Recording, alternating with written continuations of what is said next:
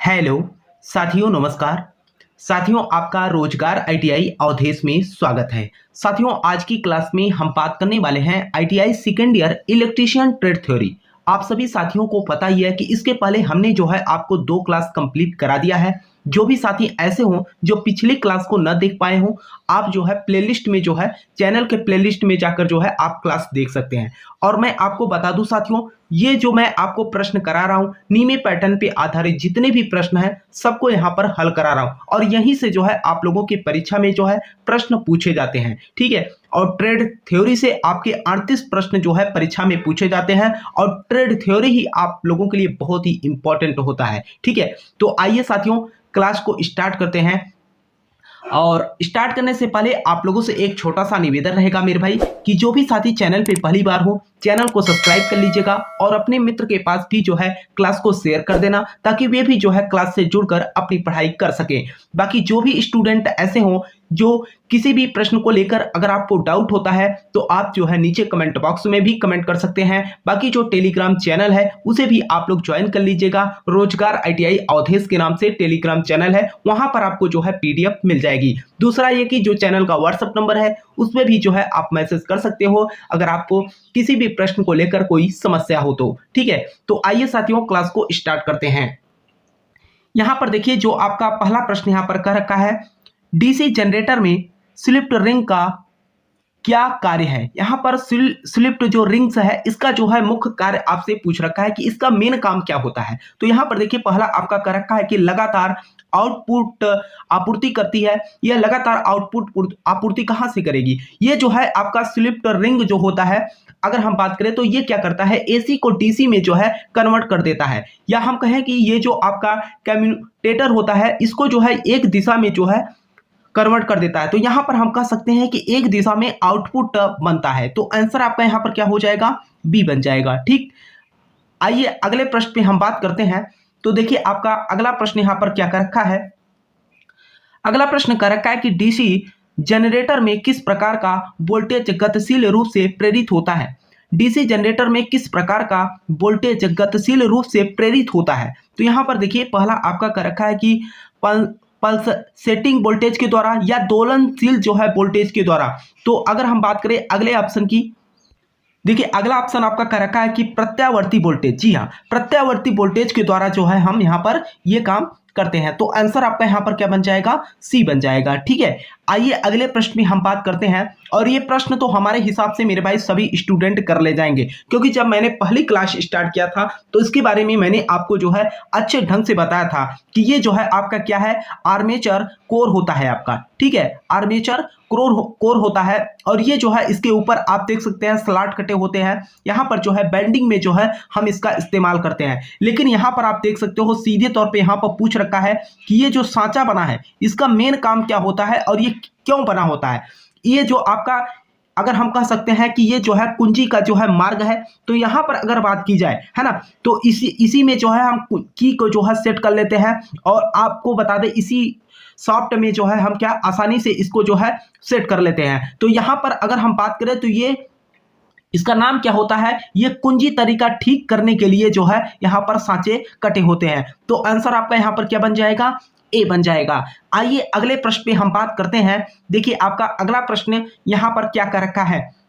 अगला प्रश्न आपका कह रखा है कि डीसी जनरेटर में फील्ड कॉइल का उद्देश्य क्या है। डीसी जनरेटर में जो फील्ड कॉइल होता है इसका जो है मुख्य उद्देश्य के बारे में जो है आपसे पूछ रखा है। तो यहाँ पर अगर हम इसके मुख्य उद्देश्य की बात करें तो यहाँ पर अगर देखें पहला आपका कह रखा है कि एयर गैप में फ्लक्स को बढ़ाने के लिए। एयर गैप में हम फ्लक्स को कहाँ से बढ़ा पाएंगे। ठीक है, अगला आपका यहाँ पर कह रखा है कि मैग्नेटाइजिंग करंट को कम करने के लिए। तो ये कहां से होगा, यहां पर जो है कुंडली फ्लक्स का जो है निर्माण करने के लिए, ध्रुवों को चुंबकित करने के लिए जो है हम यहां पर क्या करते हैं, फील्ड कॉइल का मेन उद्देश्य यही होता है कि जो कुंडली फ्लक्स का निर्माण करने के लिए ध्रुवों को हम क्या करते हैं, चुंबकित करते हैं। तो आंसर आपका यहां पर क्या बन जाएगा, सी बन जाएगा।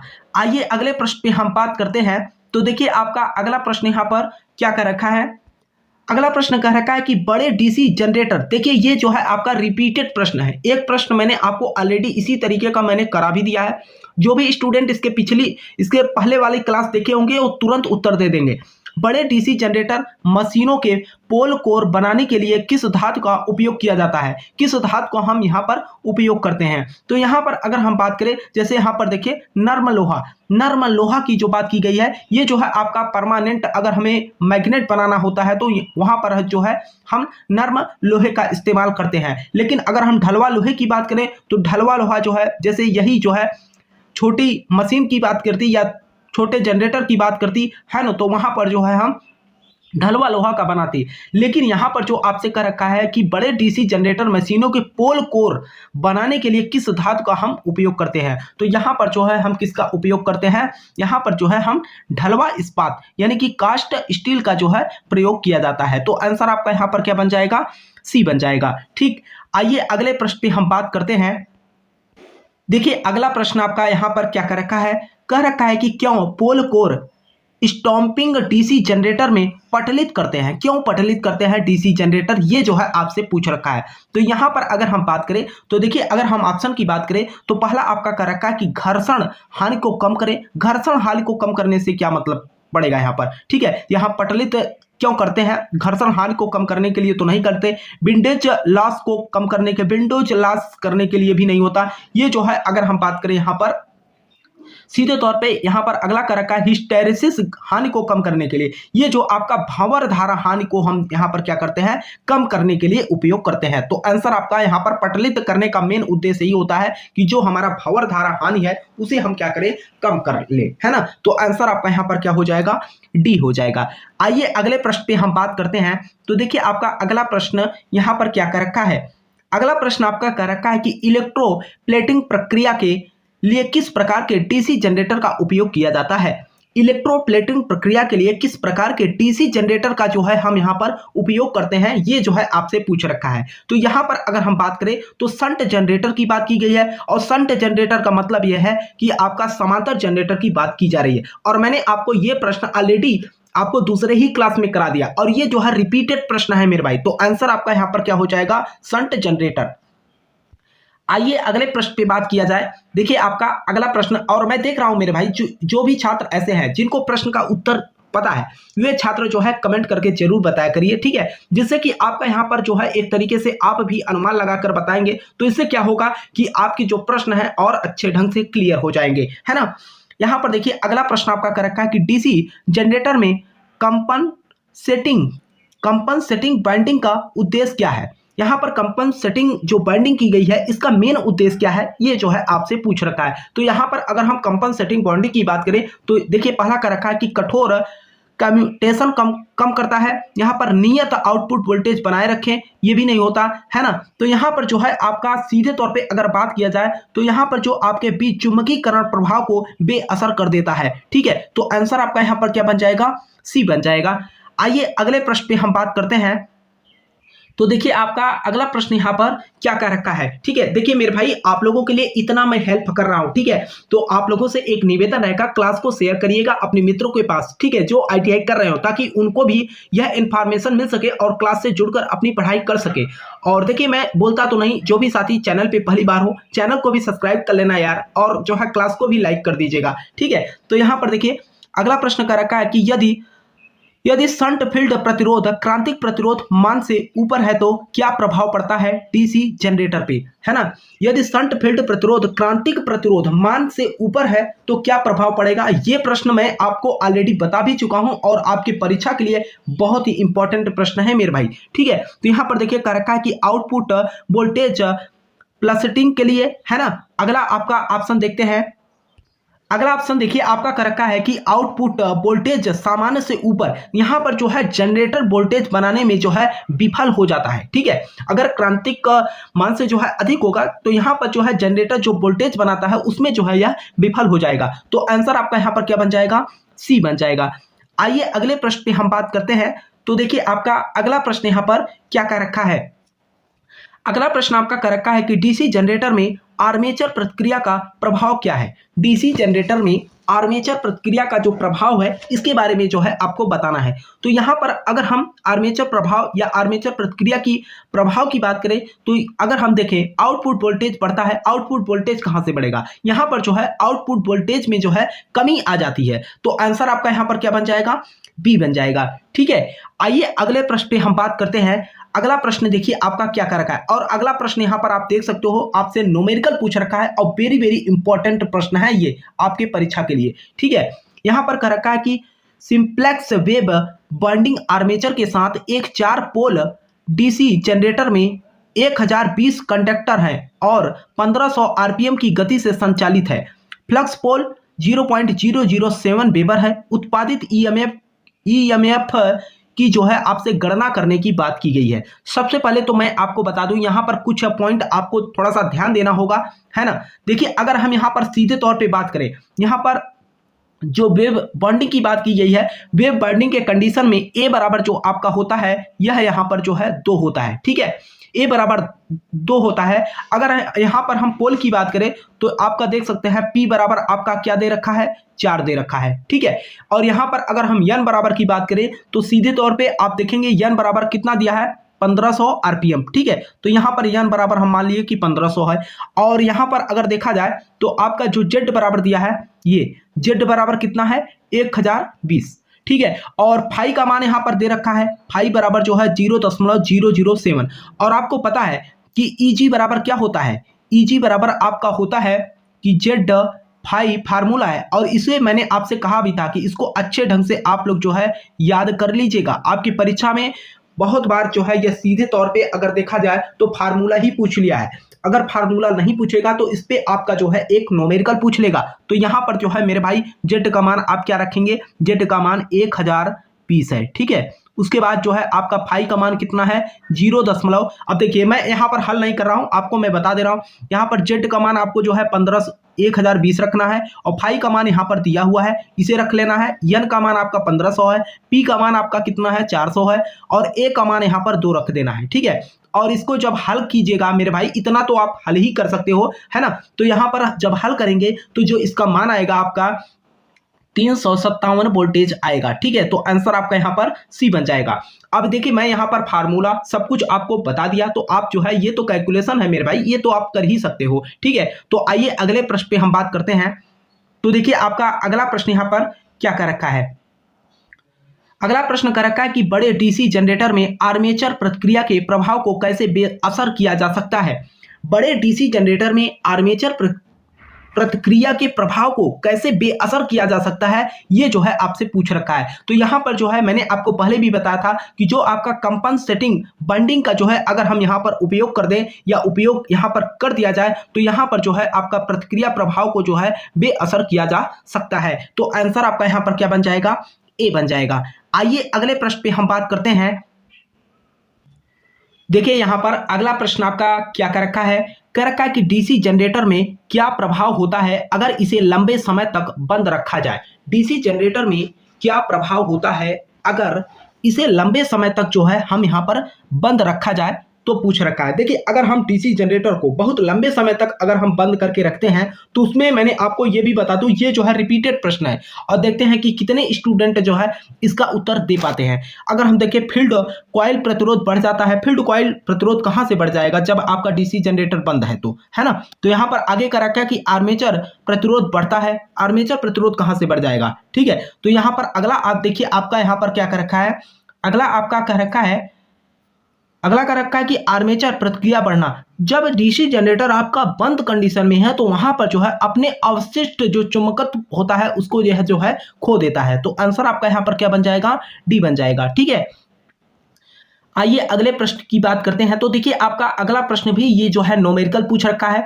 और ये भी मैं आपको तरीका बता दे रहा हूं, वही फार्मूला जैसे कि मैंने अभी अभी आपको बताया था। ईजी बराबर क्या आपका जेड फाई एन पी बटे 60 ए होता है ना। तो यहां पर अगर देखा जाए सीधे तौर पे जो आपका पोल की बात की गई है, यहाँ पी बराबर क्या, यहां पर सबसे पहले तो आप देख सकते हैं लैप बॉन्डिंग की बात की गई है और L A P lap bonding की बात की है, पोल कितना है, 4 है। और मैंने आपको बताया था कि अगर ये पोल 4 है लैप बॉन्डिंग में तो ए भी आपका क्या होगा, 4 होगा। या ए बराबर हम क्या कर सकते हैं 4 और पी बराबर आपका 4। अब यहां पर ध्यान दीजिएगा एन बराबर कितना है आपका 1000, ठीक है, एन बराबर 1000 हो गया, ठीक है, यहां पर कर रखा ना 1000 आरपीएम, ठीक है। और यहां पर अगर हम जेड बराबर देखें तो जेड बराबर आपका देखिए यहां पर कुल संख्या कितना दिया है 600, ठीक है, 600 हो गया।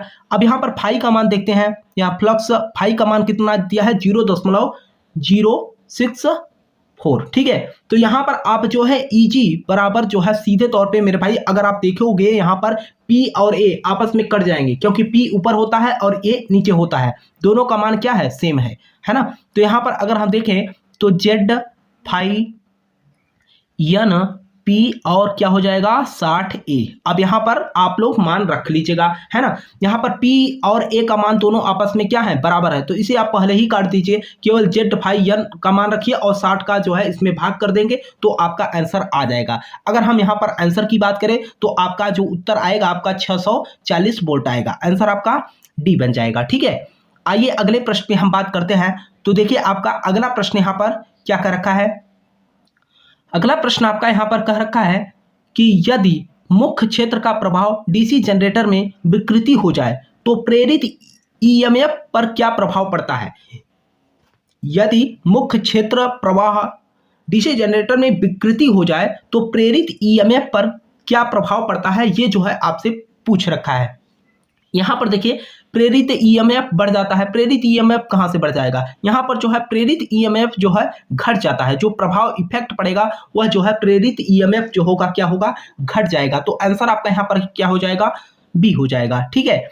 आइए अगले प्रश्न पे हम बात करते हैं। तो देखिए आपका अगला प्रश्न यहां पर क्या कर रखा है, अगला प्रश्न कर रखा है कि डीसी जनरेटर के ब्रश में भारी स्पार्किंग का कारण क्या है।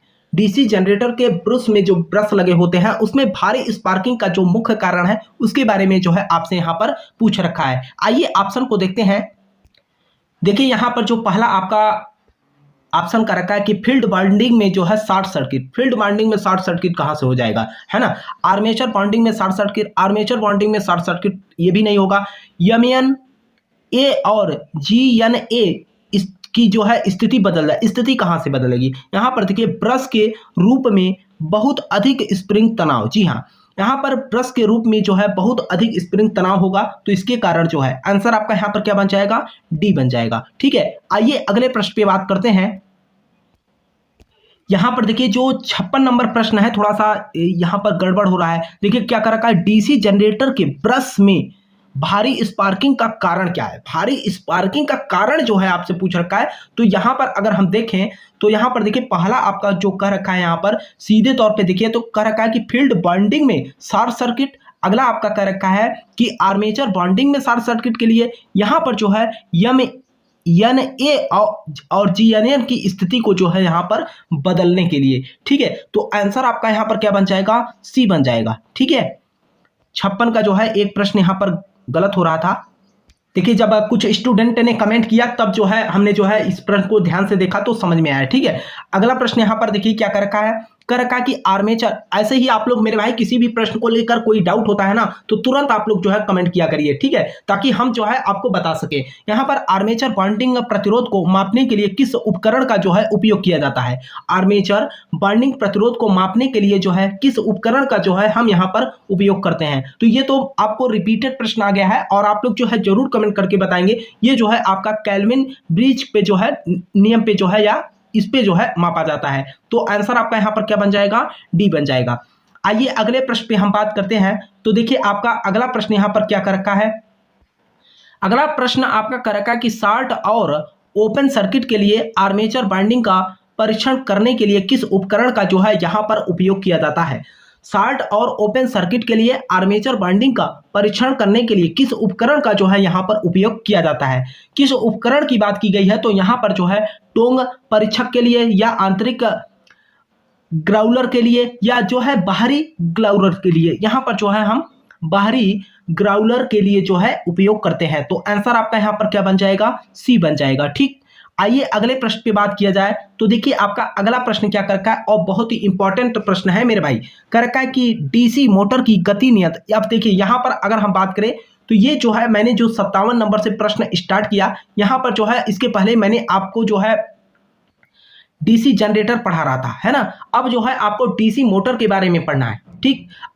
डीसी मोटर के बारे में अब ये जो है प्रश्न चल रहे हैं। तो यहाँ पर अगर हम देखें तो यहाँ पर जो आपका प्रश्न कह रखा है, कह रखा है कि डीसी मोटर की गति नियंत्रण विधि का क्या नाम है। जो गति नियंत्रण विधि है उसका नाम क्या है। सबसे पहले तो यहाँ पर आप देख सकते हैं ये जो है आपका आर्मेचर है ना। ये जो आपका आर्मेचर है और यहाँ पर जो है आपका फील्ड कॉइल लगा है और ये जो है फील्ड के जो मान है, फील्ड के मान को जो है बदल सके इसीलिए जो है हम इसको लगाते हैं। या हम कह सकते हैं कि सीधे तौर पे जो आपका यहाँ पर डायरेक्शन या हम दिशा को जो है यहाँ पर बदल सकते हैं। तो अगर बात करें ऑप्शन का, तो यहाँ पर अगर हम ऑप्शन की बात करें तो ऑप्शन आपका यहाँ पर क्या हो जाएगा, फील्ड डाइवर्ड विधि। जी हाँ, यहाँ पर जो है फील्ड डाइवर्ड विधि की जो है बात की गई है। तो आंसर आपका यहाँ पर क्या पहला ही बन जाएगा। आइए अगले प्रश्न पे हम बात करते हैं। तो देखिए आपका अगला प्रश्न यहाँ पर क्या कर रखा है, कर रखा है कि डीसी फील्ड कॉइल के लिए किस बाइंडिंग तार का उपयोग किया जाता है। वेरी वेरी इंपॉर्टेंट प्रश्न है। कर रखा है कि डीसी फील्ड कॉइल के लिए किस बाइंडिंग तार का जो है यहाँ पर उपयोग किया जाता है। तो यहाँ पर जो है हम क्या करते हैं, सुपर एनेमल्ड तांबे के तार का जो है उपयोग करते हैं। तो आंसर आपका यहाँ पर क्या हो जाएगा, ए हो जाएगा। ठीक है साथियों, तो ये रहा साथियों आज की क्लास। अगर आपको जो है किसी भी प्रश्न को लेकर कोई डाउट या कोई प्रश्न हो मेरे भाई, तो आप जो चैनल का व्हाट्सएप नंबर है उस पे भी आप मैसेज कर सकते हो। बाकी आप कमेंट बॉक्स में भी कमेंट कर सकते हो, ठीक है। बाकी कई सारे स्टूडेंट जो है बोल रहे थे कि सर प्रीवियस ईयर का जो है पेपर एक बार करा दीजिए। आप परेशान ना होइए मेरे भाई, प्रीवियस ईयर को पेपर को लेकर मैं आपको 21, 22, 23, 24 3-4 साल का जो है प्रीवियस ईयर का पेपर मैं कलेक्ट करके रखा हूं। क्योंकि बहुत सारे स्टूडेंट जब पास आउट हुए हैं तो अपना जो है उन्होंने आंसर शीट भेजा हुआ है, हमारे पास सब कुछ है ना।